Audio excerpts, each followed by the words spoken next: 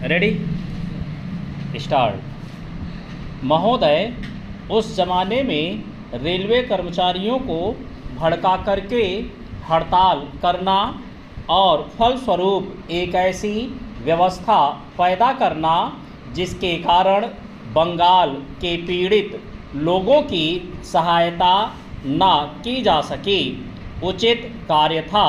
लेकिन यह कार्य मेरे घर के भाइयों ने किया था। मेरा कहना है कि केवल उपदेश से काम नहीं चलता है।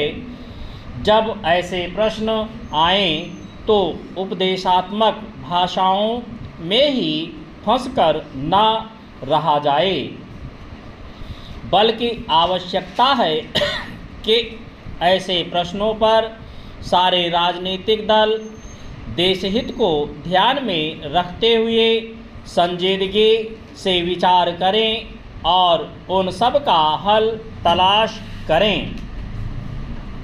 आज श्री वाजपेयी ने प्रधानमंत्री पर कुछ आक्षेप किए। वे बड़े गुस्से में थे और इतने क्रोध में थे कि उन्होंने अपने मस्तिष्क का संतुलन खो दिया था। उन्होंने आरोप लगाया कि सरकारी कर्मचारियों के प्रयास से बड़ी बड़ी सभाएं की गईं। मैं वाजपेयी जी का गुस्सा और उनका असंतुलित होना समझ सकता हूं।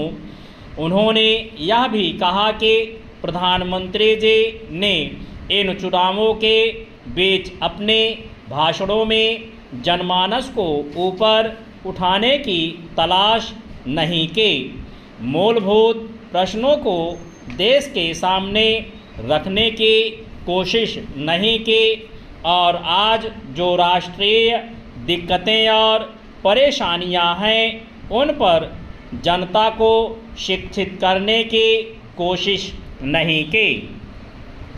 चेंज। प्रधानमंत्री जी ने अपने चुनाव भाषणों में देश के अंदर जो शक्तियां राष्ट्रीय एकता को भंग कर रही हैं, धर्म के नाम पर, जाति के नाम पर, भाषा के नाम पर या क्षेत्रीयता के नाम पर संकीर्णता की भावना पैदा कर रही हैं, जनता को उनसे सजग किया। प्रधानमंत्री जी ने इस बात को अनुभव किया था कि उत्तर प्रदेश, बिहार और उत्तर भारत के समस्त हिंदी बोलने वाले इलाकों में जनसंघ संकीर्णता की भावना का प्रचार कर रहा है। जिस प्रकार से जनसंघ सांप्रदायिकता की भावना को बढ़ावा दे रहा है, राष्ट्रीय शक्तियों को तोड़ने की नीति चला रहा है, उससे हमारे राष्ट्रीय मूल, राष्ट्रीय नीतियां और राष्ट्रीय एकता खतरे में है। इसीलिए प्रधानमंत्री ने जनसंघ के ऊपर इस बात पर प्रहार किया था कि वह सांप्रदायिक शक्ति है और उससे जनता को सावधान हो जाना चाहिए। आज जो वाजपेयी जी का गुस्सा है उसको हम समझ सकते हैं। उन्होंने एक सपना देखा था, एक सुनहरा सपना, उत्तर भारत में अपनी सरकार बनाने का, बिहार में अपनी पार्टी को बहुमत प्राप्त कराने का। चेंज।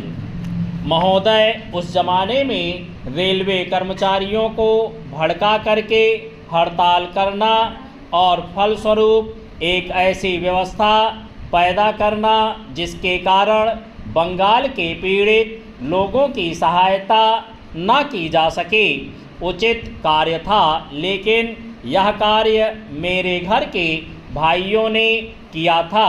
मेरा कहना है कि केवल उपदेश से काम नहीं चलता। जब ऐसे प्रश्न आए तो उपदेशात्मक भाषाओं में ही फंसकर न रहा जाए, बल्कि आवश्यकता है कि ऐसे प्रश्नों